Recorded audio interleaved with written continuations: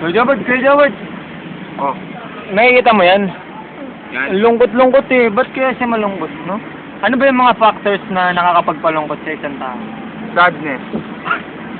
Ah, Madness.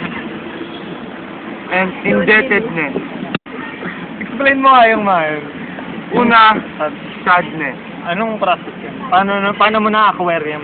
Pag kaibigan mo si Ness, tapos malungkot ka. Hmm. Pag nagsama kayo at si Ness, sadness. Oh. Parang to ngayon.